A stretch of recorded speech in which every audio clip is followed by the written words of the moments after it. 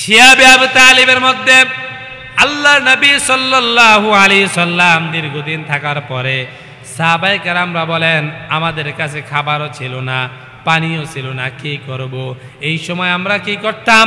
আমাদের নামাজ পড়ার জন্য চামড়ার যে মুশকগুলো ছিল, চামড়া দিয়ে ব্যবহৃত যেই বিছানার চাদরের জন্য, নামাজের মশলার জন্য এবং মুশক পানি পান করার জন্য যেগুলো ছিল, এগুলোকে আমরা কেটে কেটে কেটে কেটে ছোট্ট টুকরা টুকরা করে রাত্রে পানির মধ্যে ভিজাইয়া রাখতাম। পরের দিন সকালবেলা এগুলো আমরা খেয়ে খেয়ে জীবন ধারণ করতাম। শুধু তাই নয়, বাবলা গাছের পাতা এগুলো আমরা খেতাম। মানুষ কখনো পাতা খায় নাকি? সাহাবায়ে কেরাম বললেন, আমরা বাবলা গাছের পাতাকে চিবাইয়া চিবাইয়া খাইতাম। আমাদের পায়খানা এমন হয়ে গিয়েছে, ছাগলের বড়ির মতো আমাদের পায়খানা হয়ে গিয়েছে। এরপরে রাসূলুল্লাহ সাল্লাল্লাহু আলাইহি সাল্লাম নবম হিজরিতে যখন তিনি শিয়াবে আবু তালিবের মধ্য থেকে তিনি বের হলেন, বের হওয়ার পরে ওই সময়ের মধ্যে এখন উর্বর জমিন, কাফেরেরা রাসূলুল্লাহ সাল্লাল্লাহু আলাইহি সাল্লামের এই দৃশ্য দেখার পরে বলল, মুহাম্মদ সাল্লাল্লাহু আলাইহি সাল্লাম, তোমাকে আবু জাহেল, উতবা, শাইবা, মুগীরারা যেই শিয়াবে আবু তালিবের মধ্যে বন্দী করেছে, তুমি যদি সত্যনবী হয়ে থাকো তাহলে তুমি এই চারটাকে দ্বিখণ্ডিত করে আমাদেরকে প্রমাণ দাও।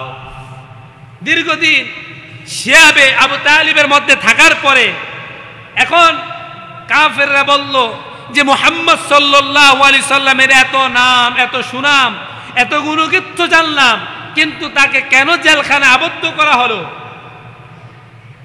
এই কথা সাহাবায়ে কেরাম অন্যান্য সকলে মিলে ভাবতে ভাবতে কিছু কাফের মুশরিকরা এসে বলল, মুহাম্মদ তুমি যদি সত্য নবী হয়ে থাকো, আল্লাহর বন্ধু হয়ে থাকো, তাহলে এই যে চারটা, এই চারটাকে তুমি দ্বিখণ্ডিত করে আমাদেরকে প্রমাণ দাও। রাসূলুল্লাহ সাল্লাল্লাহু আলাইহি সাল্লাম তার ঘর থেকে বের হলেন, জাবালে আবু কুবাইস পাহাড়ের কাছে আসলেন। জাবালে আবু কুবাইস পাহাড়ের উপর বর্তমান রাজা বাদশাদের বাড়ি। এই দিক থেকে যে একটা উপর থেকে একটা ব্রিজ আছে, এখান থেকে ইমামরা হারামের মধ্যে প্রবেশ করে। জাবেলা আবু কুবাইস পাহাড়ের এই দিক থেকে মক্কায় যত মানুষ মারা যায় এদেরকে গাড়ি দিয়ে ঢুকানো হয়, প্রত্যেক নামাজের পরে জানাজা পড়ানো হয়।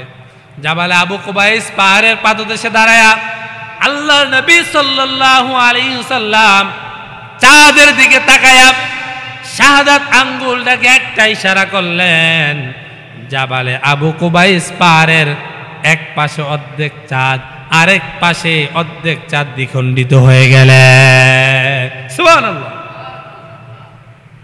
চাঁদটা রাসূল দ্বিখণ্ডিত করালেন। অসংখ্য অগণিত মানুষগুলো জানল চাঁদটা দ্বিখণ্ডিত হয়েছে, দেখতে পেল। ওই সময় ভারতের একজন রাজ্য শাসক ছিল, তিনি দেখলেন চাঁদটা দ্বিখণ্ডিত হয়ে গেলেন। ভারতবর্ষের আকাশের মধ্যে চাঁদটা দেখতে পেলেন। তিনি দীর্ঘ বছর পর যখন আবার মক্কায় প্রবেশ করলেন, বললেন, তোমাদের দেশে কি এমন ঘটনা ঘটেছে যার কারণে আমি দেখতে পেয়েছি দুইটা চাঁদ দুই দিকে চলে গিয়েছে?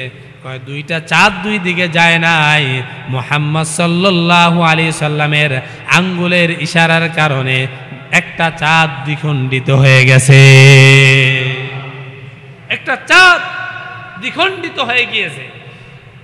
আল্লাহ তাআলা এক একটা ধাতু থেকে এক একটা জিনিস তৈরি করেছেন। যেমন এই পৃথিবীকে আল্লাহ তাআলা তৈরি করেছেন ফেনা থেকে। কি থেকে? কি থেকে? ফেনা থেকে এই জমিনটাকে আল্লাহ তাআলা তৈরি করেছেন। কাবার পাদদেশ থেকে উঁচু জায়গাকে আল্লাহ তাআলা এটাকে উঁচু করে দিলেন, কাবাইন। এই যে আমাদের দুই পায়ের গোড়াল, এটাকে কি বলা হয় আরবিতে? কাবাইন। অত মানে ফুলে উঠা। আল্লাহ তাআলা সমস্ত পানিগুলো এখানে ঢেউ খেলেন, এখান থেকে কিছু ফেনা নিলেন, এগুলোকে আটার কায়ের মতো গুলায়া এরপরে জমিনটার মধ্যে লেপে দিলেন, সুবহানাল্লাহ বলবেন না? আল্লাহ তাআলা আকাশটা বানাইছে ধোঁয়া দিয়ে। কি দিয়া? ধোঁয়া ছিলেন তো? আকাশটা বানাইছে আল্লাহ তাআলা ধোঁয়া দিয়ে। এই আকাশের মধ্যে আল্লাহ চাঁদ দিলেন, সূর্য দিলেন, তারকা দিলেন, গ্রহ নক্ষত্র দিলেন। আল্লাহ তাআলা বলেন আমি এগুলো এক একটার চাইতে এক একটাকে আরো বেশি বড় বানাইছি বলে সুবহানাল্লাহ। আমাদের বর্তমানে সূর্যটা একটু বড় দেখা যায় না ছোট দেখা যায়? চাঁদের তুলনায় সূর্যটা একটু বড় না? আবার তারকার তুলনায় চাঁদটা একটু বড় না? কিন্তু আল্লাহ তাআলা এই চাঁদ সূর্য থেকে আরো অসংখ্য অগণিত বড় বানাইছেন এই তারকাকে বলি সুবহানাল্লাহ। যেই জিনিস যত বড় তার সাইজ আল্লাহ তাআলা ছোট আকারে মানুষের সামনে দৃষ্টান্ত উপমা দিয়ে বললেন যে আমি আল্লাহ তাআলা যা পারি বান্দা তোমরা তা।